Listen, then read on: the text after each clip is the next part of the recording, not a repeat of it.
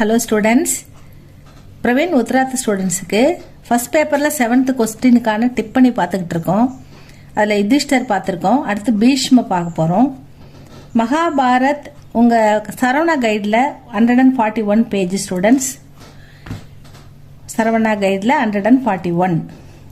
பீஷ்ம மகாபாரத் கயி மகாரத்தியோं की कहानी है. மகாபாரதமே நிறைய சிறந்த வீரர்களின் கதை.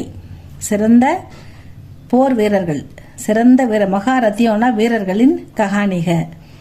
பீஷ்ம சப்சே மகான் வீர்க, எல்லாரோட மிக சிறந்த வீரர் யாருன்னா பீஷ்மர் தான். பீஷ்மர் சப்சே அப்படின்னா எல்லாரையும் விட, ஆல் எல்லாரையும் விட மகான் வீர்க மிக சிறந்த வீரர் பீஷ்மர். மகாபாரத் கே பூர்வார்த்த மே, மகாபாரதனுடைய முதற் பகுதியில் பூரி தரக் சாயே ஹுயேக, பீஷ்மருக்கு இடம் பூரி தரக் கம்ப்ளீட்டாக அவர் ஆக்கிரமிப்பு பண்ணியிருப்பாரு. மகாபாரதனுடைய ஃபஸ்ட்டு பாகத்தில் கம்ப்ளீட்டாக நம்ம பீஷ்மர் தான் வந்திருப்பாரு. அதான் சொல்கிறாங்கம்மா, பூர்வார்த்தமே பூரி தரக் கம்ப்ளீட்டாக இவர் தான் சாயே ஹுயேக, இவருடைய பிரஸ்தாவனா தான் இருக்கும். ரஷ்மி ரதி மே உன்கே அந்திம் தினோங்கா வர்ணன்க, இந்த ரஷ்மி ரதியில பீஷ்மருக்கு அந்திம் கால, ஒரு போர்ல அடிபட்டு வீழ்ந்த பிறகு அவர் மரணப்படுக்கையில் படுத்திருப்பாரு, முள்படுக்கையில் படுக்க வச்சிருப்பாங்க.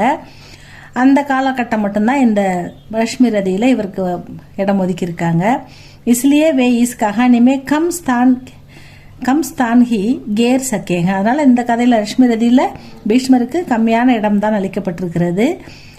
रश्मि रदी के आधार पर रश्मि रदिயில उन पर टिप्पणी की जाती है. அவருக்கு அவர் எந்தெந்த இடத்துல கொஞ்சம் வராரோ அதை மட்டும் சேர்த்து ஒரு டிப்பணி கொடுத்துருக்காங்க அப்படின்னு சொல்றாங்க. அவ்வளவுதான். இதுல பீஷ்மருக்கு ரஷ்மி ரதியில மிக குறைவான இடம், அவர் மரணப்படுக்கையில் படுத்த பிறகு நடைபெறுகின்ற சிறு சம்பவங்கள் மட்டும் தொகுத்து அளிக்கப்பட்டிருக்கிறது அப்படின்னு சொல்றாங்க. மகாபாரத் யுத்த சல்தாக, மகாபாரத யுத்தம் நடந்து கொண்டிருக்கிறது.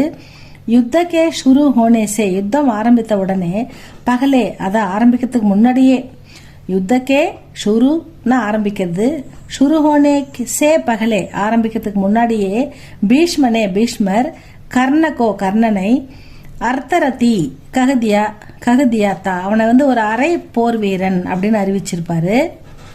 அவன் முழுமையான போர் வீரன் கிடையாது, போருக்கு அவனுக்கு தகுதி இல்லை அப்படின்றதுக்காக அவனை ஒரு அரை போர் வீரன் அர்த்தரதி ககதியாத்தா என்று அறிவித்திருப்பாரு. இசிலேயே கர்ண யுத்தமே நகி கயாத்தா, அதனால கர்ணன் போர்ல வரமாட்டான். அப்ப அந்த டைம் அவனுக்கு போர்ல இடம் இல்லை. இஸ் தின் 10 दिन बाद